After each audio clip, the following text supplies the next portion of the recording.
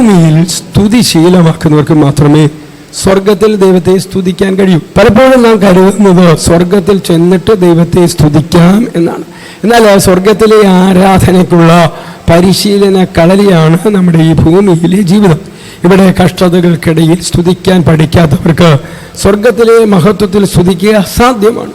ദൈവജനം ഇപ്രകാരം പറയുന്നു, ഞാൻ യഹോവയെ എല്ലാ കാലത്തും വാഴ്ത്തും, കർത്താവിൻ്റെ സ്തുതി എപ്പോഴും എൻ്റെ നാവിന്മേലിരിക്കും. സങ്കീർത്തനങ്ങൾ 34:1. ബൈബിളിലെ പൗലോസിൻ്റെയും ശ്രീദാസിൻ്റെയും ജീവിതം ഇതിന് വലിയൊരു ഉദാഹരണമാണ്. കാരാഗൃഹങ്ങളിൽ ചെങ്ങലകളാൽ ബന്ധിക്കപ്പെട്ടപ്പോഴും ശരീരമാസകലം മുറിവേറ്റപ്പോഴും അവർ ചെയ്തത് പരാതി പറയുകയല്ല, മറിച്ച് അർദ്ധരാത്രിയിൽ ദൈവത്തെ സ്തുതിക്കുകയാണ്. ആ സ്തുതി ഭൂമിയിലെ ചെങ്ങലകളെ പൊട്ടിച്ചൊറിഞ്ഞു.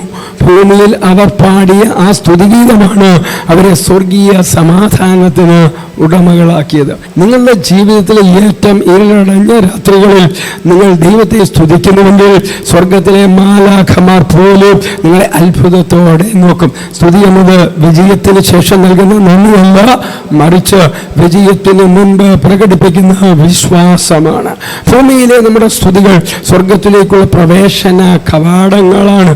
ഇവിടെ ദൈവത്തെ മഹത്വപ്പെടുത്തുന്നവർക്ക് മാത്രമേ നിത്യതയിൽ കർത്താവിന് മുമ്പിൽ നിൽക്കാൻ യോഗ്യതയുള്ളൂ. എൻ്റെ ഉപദേശം ഇതാണ്: സാഹചര്യങ്ങൾ നോക്കി സ്തുതിക്കുന്നത് നിർത്തുക. പകരം സാഹചര്യങ്ങൾക്ക് മുകളിലുള്ള ദൈവത്തെ നോക്കി സ്തുതിക്കുക. നിങ്ങളുടെ നാവുകൾ ഭൂമിയിൽ ദൈവത്തെ വാഴ്ത്തട്ടെ. അപ്പോൾ സ്വർഗത്തിലെ വലിയ സ്തുതി ഗീതത്തിൻ്റെ ഒരു ഭാഗമാകാൻ നിങ്ങൾക്ക് സാധിക്കും. ക്രിസ്തുയേശുവിലൂടെ നിത്യതയ്ക്കായി ഉതകുന്ന ഒരു നല്ല ദിവസം ആശംസിക്കുന്നു.